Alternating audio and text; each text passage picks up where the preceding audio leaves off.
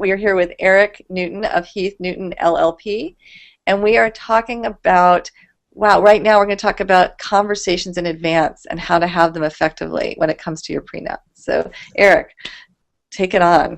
So, the point that I was gearing up to make is that just as you said, our memory changes, and the things that we were certain that we said in advance, oftentimes we didn't say. So you're right, we've got to memorialize everything that we can as clearly as possible, and that's why we hire lawyers, because that's what lawyers are experts in doing, is thinking through contingencies and articulating detail in an elegant way. Now that said, what I want to also be very clear about is that you can't possibly think of every possible outcome. So glad you're saying that, because it'd just be ad nauseum. There's no way, well, what if this, what if this? So definitely talk about, like, you definitely go into those details, but then do you also support people on how to move if something comes up that they hadn't anticipated? Yes, it's just as you said. You need to be clear on your values. And if the couple can get clear on their values in advance, but not possibly think about every contingency, because it's not something that humans can do. You articulate everything that you can articulate in the agreement, you're clear on your values, and then 3 years later something changes. Something happens that you didn't anticipate, and one person becomes scared, or a value is threatened, and anger manifests, and then what do? The thing you do is go back to the values. And go back to the groundwork that you laid with those initial conversations and work forward from that point. Yeah, it's interesting. I know a couple in particular I'm thinking of that they were both from different countries, both European. They were living in the United States, and one came from a Jewish family and Jewish background, the other came from a Catholic background. And when they got together, they fell in love, and they had lots of conversations around how they were going to raise their children. And they came to an agreement about what that was like. And then when they had their first baby, the person in the relationship who was Catholic was suddenly terrified because of what they had come up with, they weren't going to baptize the child. And it caused a huge issue in their relationship, because a value that was really very core and very important to that member of the couple didn't necessarily get fully expressed until after the child was born. Right. So this brings up a good question. Can you modify or change a prenup? Oh, absolutely. In fact, it makes a prenup stronger if you modify it afterwards. So you create a contract before the marriage, then the marriage happens, and then you modify the prenup and maintain most of it and change one small clause. It looks as if you really agree in the prenup even after marriage. You want this contract to continue existing, so it actually strengthens it.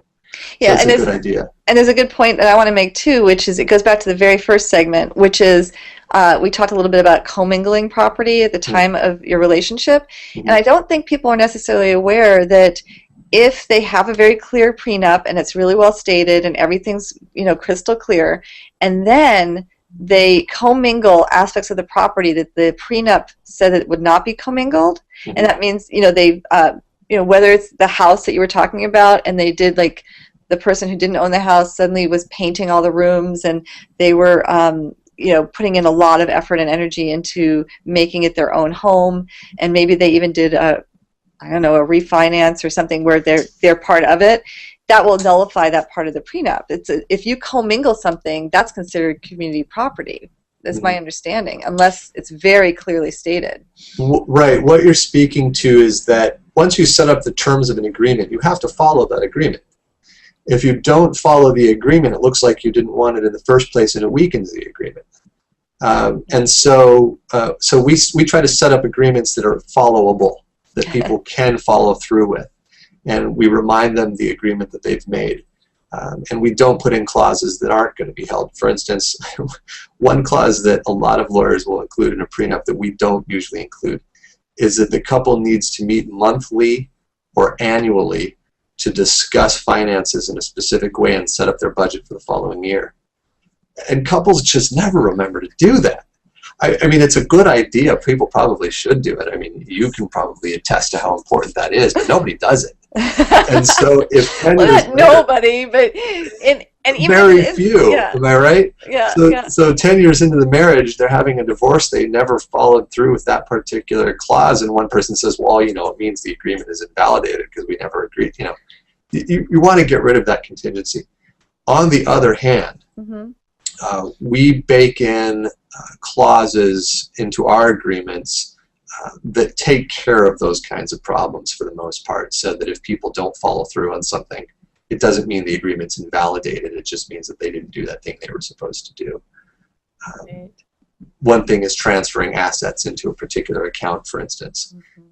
If they don't transfer the assets into the account on the regular basis that they're supposed to do, it doesn't mean the agreement's invalidated. It just means they owe the money to the account, and they've got to pay it over now. Yeah, exactly. Yeah. Well, this is fantastic. Erik Newton of Heath-Newton LLP, family lawyer and passionate advocate for using prenups to strengthen marriages. Thank you so much for being on this edition of Wealth Psychology at Sylvia Global Media. And I'm Emily Bouchard, your host today at the Wealth Psychology program that I co-host with Dr. Jamie Traeger-Muni, and she is in the process of undergoing radiation for breast cancer, and she'll be joining us when that's done. Yes, thank you. And she's definitely here in spirit and will be weighing in on this conversation for sure. And wanted to make sure that people knew how to reach you, Erik, and how to learn more about prenups in general that you can direct them to. Well, our URL is here on my name. Heath-Newton LLP is the name of the law firm, and heathnewton.com is our website address. And at that site, you can download a free guide that we've created that discusses premarital agreements. And we're also always happy to answer questions that people have at any time. We love talking about these issues. And so if any of your listeners want to call in, I'm happy to have a short consultation with them and give them an overview of the law. Wow, great. That's wonderful. And remember that Erik's based out of California in the United States, so he can really support people in that particular region, and then he can also give you overviews of things you need to talk about or think about if you're in a different location. And at Wealth Legacy Group, I wanted to mention that I'm going to be speaking and presenting with my co-author, L. Paul Hood. We wrote The Estate Planning for Blended Families.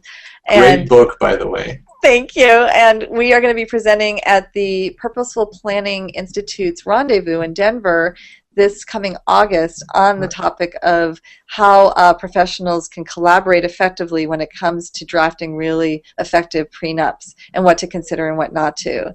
So we'll definitely be drawing on this, Erik. Thank you. And have a great day. And definitely, if you don't have a prenup, know that you do. It's just according to your jurisdiction and state and not your wishes. So thanks for tuning in. It was a real pleasure to be here.